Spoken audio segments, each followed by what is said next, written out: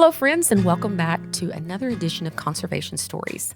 This is your host, Tillery Timmons-Sims, and I'm here again wanting to introduce you to a friend of mine. His name is Mike Hightower.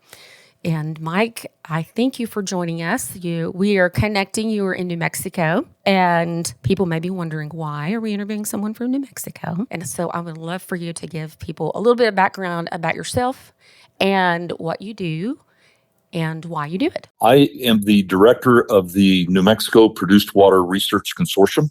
It's a consortium of NGOs, industry, academia, and public organizations looking at the treatment and reuse of produced water in the state of New Mexico.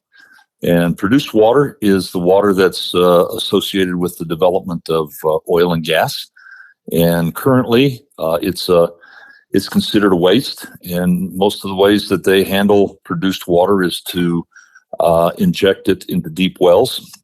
And as maybe a lot of people on your podcast know, that approach has been leading to a number of issues around seismicity and earthquakes in West Texas. In New Mexico, we have two major oil and gas basins, the Permian Basin in southeast New Mexico, and the San Juan Basin in northwest New Mexico.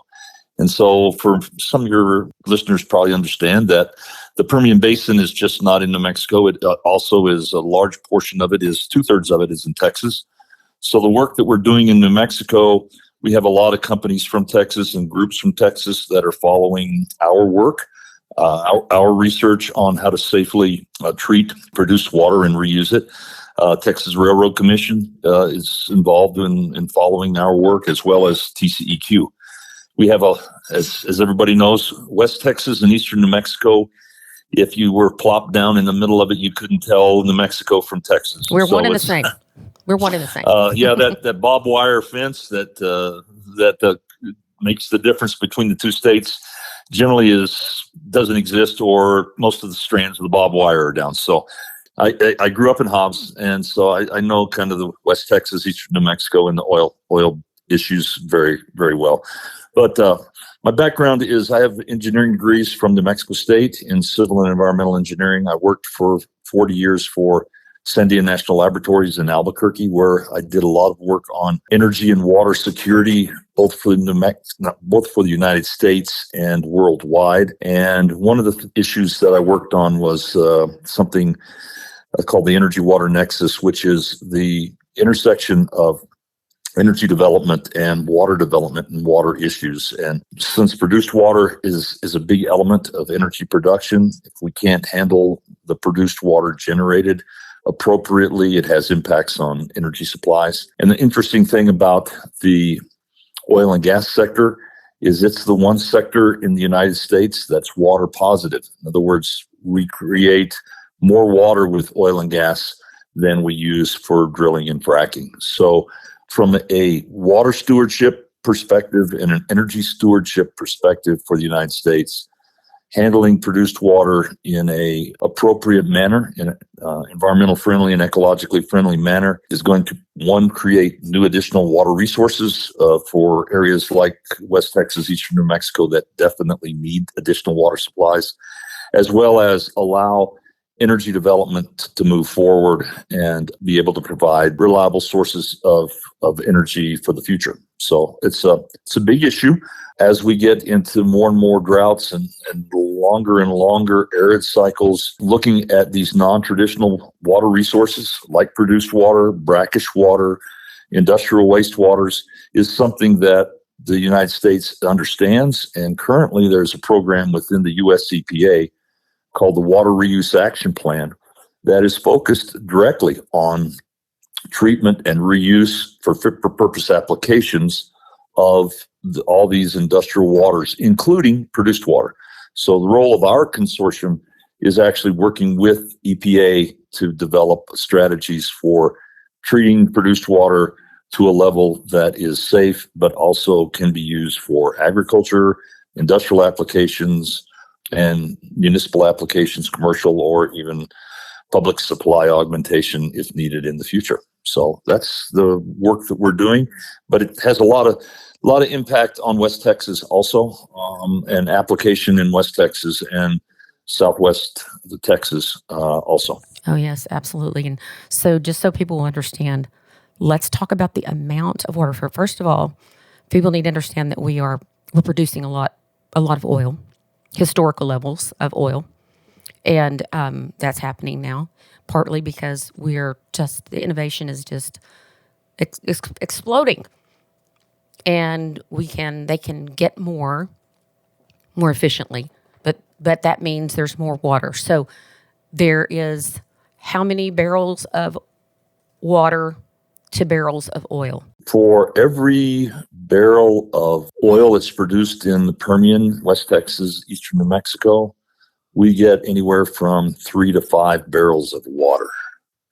And so we're producing something on the order of about 200 million barrels of water a day in the Permian Basin. That includes both New Mexico and Arizona, New Mexico and Texas. So at 42 gallons per barrel, that's close to 1 billion gallons of water a day in West Texas and eastern New Mexico. So you can imagine what 1 billion gallons of additional water would mean to economic development, agricultural applications and opportunities, community water supply support in that arid region of eastern New Mexico and West Texas. So that's divided. About a third of that is in New Mexico, so about 6 million barrels a day in New Mexico, and about 12 or 13 million barrels a day in Texas. It is really hard to really fathom how much water that is. And when every time we have an earthquake, I see it. People are like, it's fracking. And I'm like, it's actually not fracking. It's actually not fracking. It's not fracking. It's the deep disposal or the shallow disposal of produced water is what's causing those earthquakes, not fracking. That's been well identified over the last several years. Yeah. Yeah. So there's big caverns down under the ground. They find those big old caverns, and then they're putting that water down into those caverns. And part of it, now correct me if I am wrong on this, but isn't New Mexico sending water back into Texas? And so we're storing actually water that's being produced in New Mexico and water that's being produced in Texas. Is that correct? Yes, you are. There's about 2 million barrels of water a day that is sent from southeast New Mexico into Texas, which works out to be, almost 100 million gallons of water a day. And just to put that in perspective, the city of Albuquerque, which is the biggest city in New Mexico, which is almost 1 million people, metropolitan area, uses about 50 million gallons of water a day, consumes about 50 million gallons of water a day. So we're sending out of eastern New Mexico to Texas about 2 Albuquerques worth of water a day. So that's enough water to support all of West Texas. I mean, if we added all the small towns in West Texas and eastern New Mexico, we have enough water, more than enough water to support all those small communities. That's just what we're sending to Texas. This doesn't include the water that we're reusing within New Mexico, which is another 4 million barrels of water a day. So it's a lot of water that we're exporting. It's people within New Mexico understand that and are trying to say, man, one thing we don't want to do is give all of our water to Texas. Yeah. Right. We talk about that all the time. So we need to figure out how to use that water, how to use it safely, and how to use it for economic development within the state of New Mexico. And on the Texas side, Texas is following us, and there's a Texas Produced Water Consortium out of Texas Tech that's trying to do the same thing for West Texas, trying to figure out ways to help utilize and treat that water and reuse it in West Texas. You guys are in the same kind of drought situation that we are in eastern New Mexico. Yeah, but the thing about New Mexico is, like, you guys have are the leaders in the research and, several years ahead of everybody. And you guys can you walk me through, like, there's the identification that we need to do something about this water. what is the first step? What's the first thing that you've done in the process of identifying, okay, we need to figure out how to use this? What was the first thing that you guys have done as far as research wise to start moving in that direction? So there's three things that we really did in together. We don't do these in series; we do it in parallel. One was making sure that we know where the water is, so that people can identify where they want to build their treatment plants. So that required us to put together a data portal that has both quantity and quality data. And so if people want to go to our website and look at what that might look at like, is they can go and Google NMPWRC for the New Mexico Produced Water Research Consortium. And we'll have that available too in the show notes. We'll put all that linked directly to there so people can go because that's a really fascinating map. And so you can go to that and you go to our website directly. In the top right-hand corner, it says data portal. Just hit that and the data portal will come up in a GUI that shows you by color in quarter townships where all of the water is being produced in New Mexico today. That's always a good overview for people as they're looking at developing technologies and for communities to see where their potential water supplies are that they could use for their applications. The second thing that we had to do is make sure that we could do cost-effective treatment of the produced water. So we started a pilot testing program where we could test water at scale on sites. And that's about like 200 to 500 barrels. How many barrels is that a day? It's anywhere from 100 to 500 barrels a day.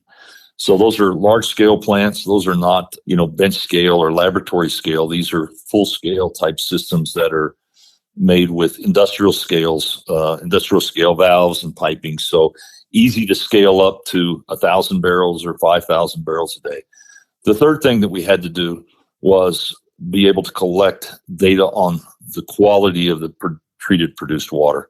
And so in many cases under the NPDES program within EPA, they look for 90 constituents, but we came up with a process working with EPA and the New Mexico Environment Department to look for over 400 chemicals in the treated produced water and the raw produced water.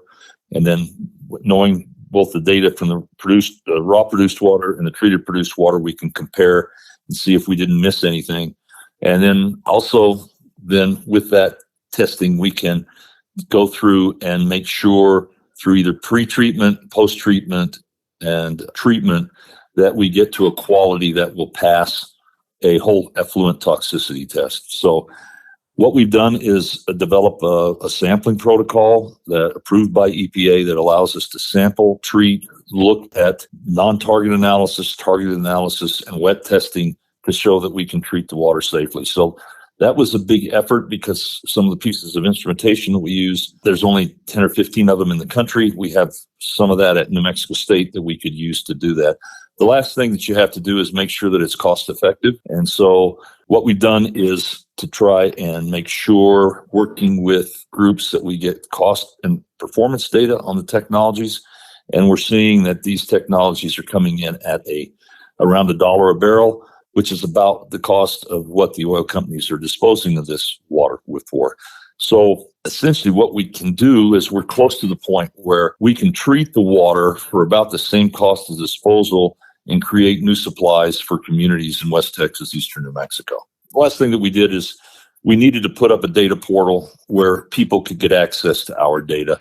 And so that data portal, I just mentioned it, it has information on the testing that's going on, the quality of the data, the papers that we've developed, and all of our papers go through a peer review process and are published, and then we put them on our website. But over the last 5 years, we've created about 30 or 35 peer-reviewed technical papers on the quality of the produced water, raw produced water in the Permian, how it compares to the Pecos River, to wastewater treatment plants. And I'll tell you that the produced water is not that much different than some other industrial and municipal wastewaters. Same kinds of constituents. So kind of the technologies that we use for treating municipal wastewater, and brackish water and saline water can be used for the produced water. And we're getting comparable results as far as quality. And in some cases, even better, because in some cases we're using thermal technologies, which is distillation. And you can imagine how clean you can get water when you distill it. So those are the things that we did mostly. We have our annual meetings, which are always in December. We have mid-year meetings. They're open to the public. If anyone wants to get involved and see what we're doing and come in and visit us, you can go onto our website and find out where the meetings are, and the data that we're collecting is there. A lot of regulatory agencies, not only in New Mexico, but in Texas and in other states, are using our data to try and help set up standards for discharge for these different fit-for-purpose uses.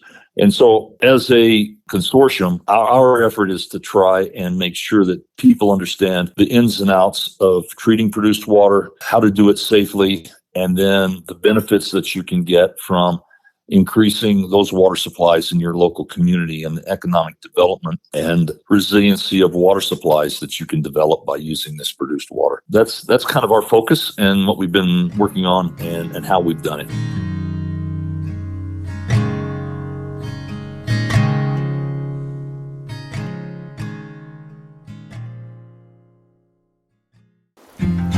Out here on the Texas plains, water is everything, and there's a resource that's as vital as it is fragile: our playa lakes. These lakes are nature's reservoir, catching rainwater to recharge our aquifer and provide lifelines for wildlife.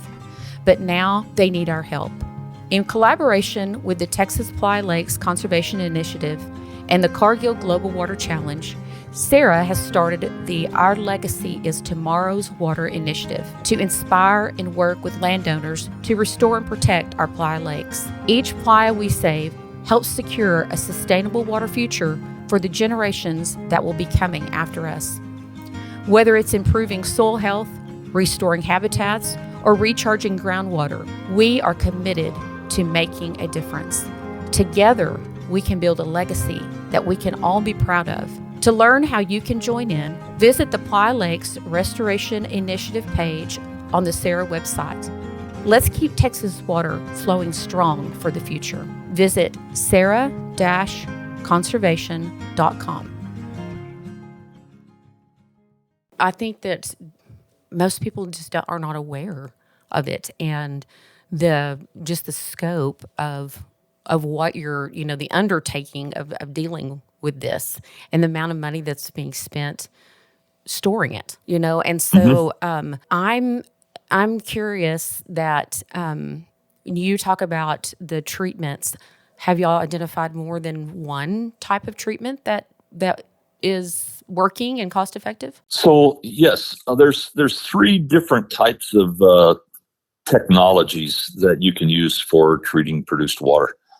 So one is a thermal technology, and there are 5 or 6 different thermal technologies, and we've evaluated several of those, and all of them are providing us with very high quality water. So the thermal technologies are working pretty well, and that includes thermal membrane distillation, which is a distillation membrane. There's mechanical vapor recompression, which is a process that has been used for 30 or 40 years. Multi-stage effects distillation, which uses multi-stages to distill the water.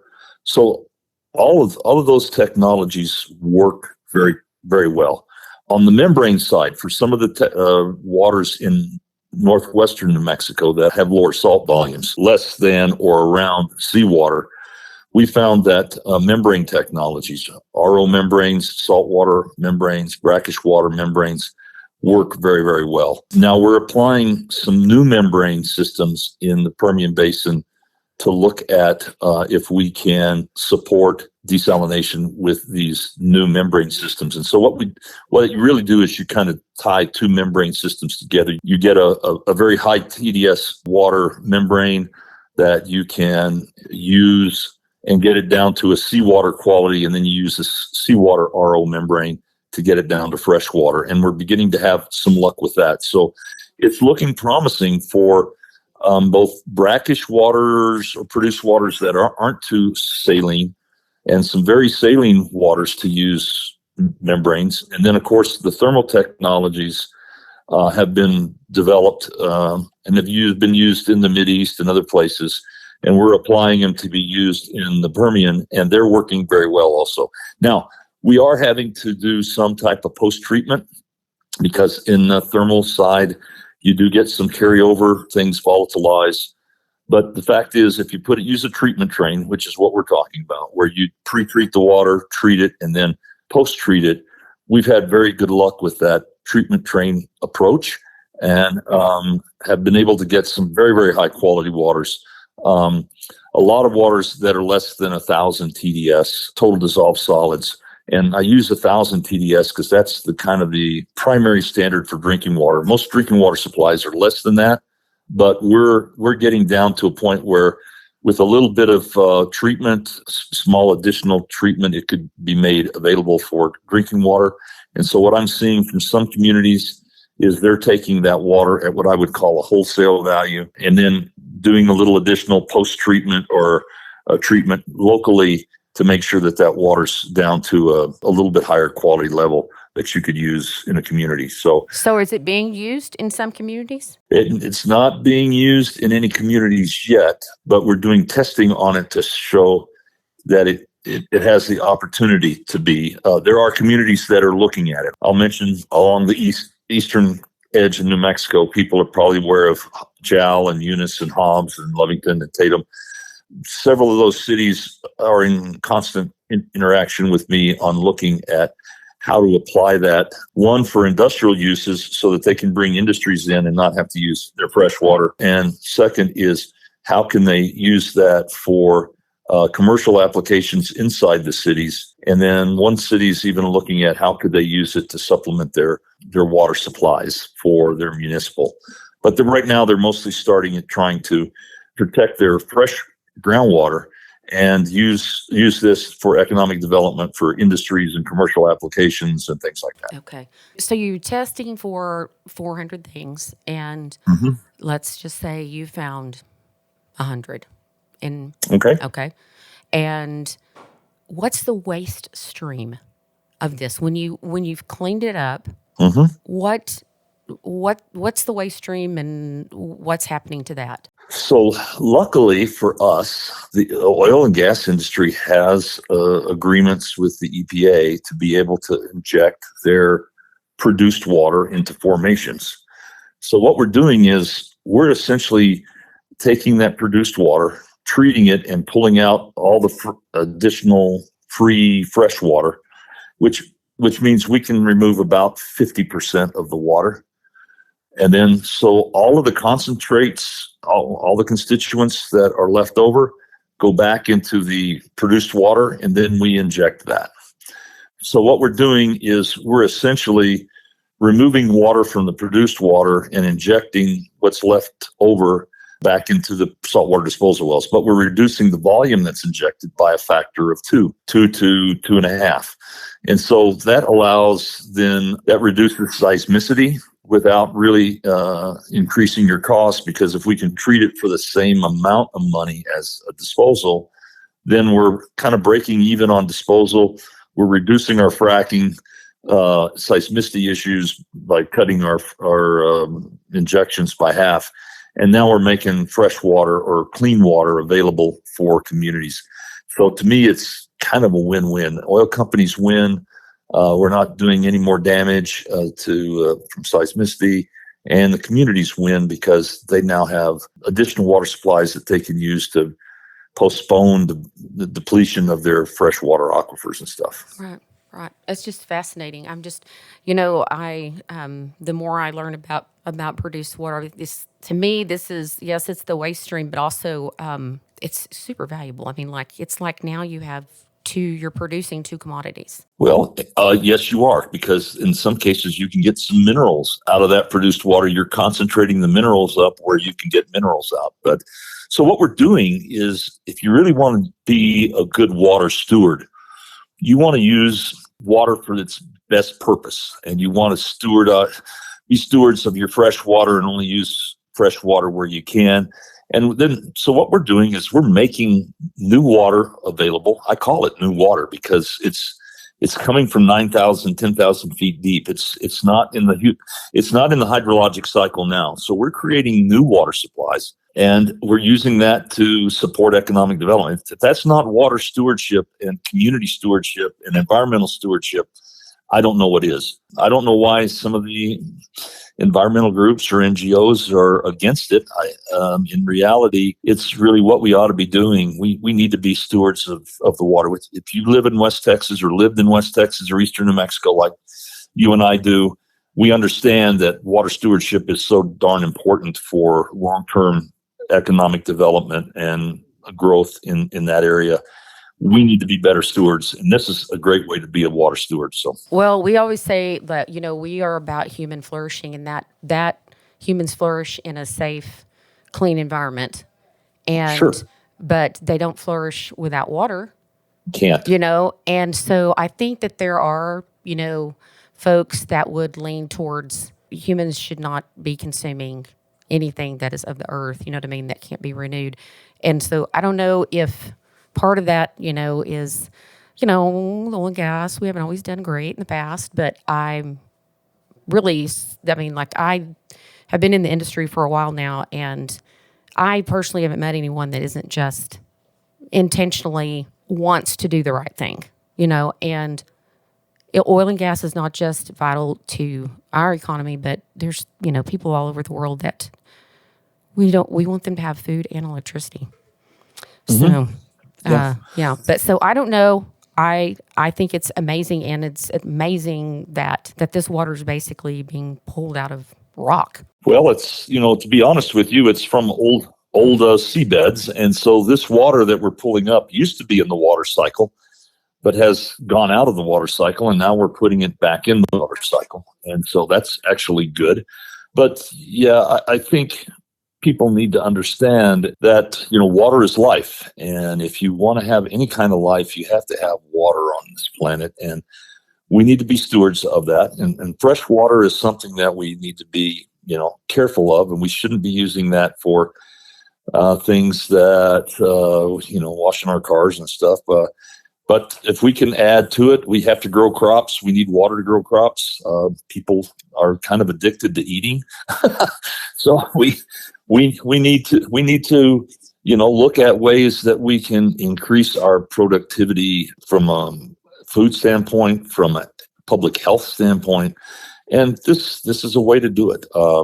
And it's being funded by supporting oil and gas guys to create oil and gasoline that people all over the world use. So to me, people all over the world are using our resources. We ought to be able to use that part of that money to help us maintain our society within the oil areas that are used to support them. That's such a great point. Exactly. And I know, we do quote you, and we say that sustainability is a word that no one can define, but stewardship is a verb, and it makes you responsible. And I just love it. I love that. And I think that I really think it's amazing. Like, you can tell the passion that you've had, and I just am shocked at how much progress that you've got. When the first time I heard you say, like, we started in COVID, and I was like, I can't believe you've made as much progress as you have in the time that you have. You've identified all of these constituents that are in this water.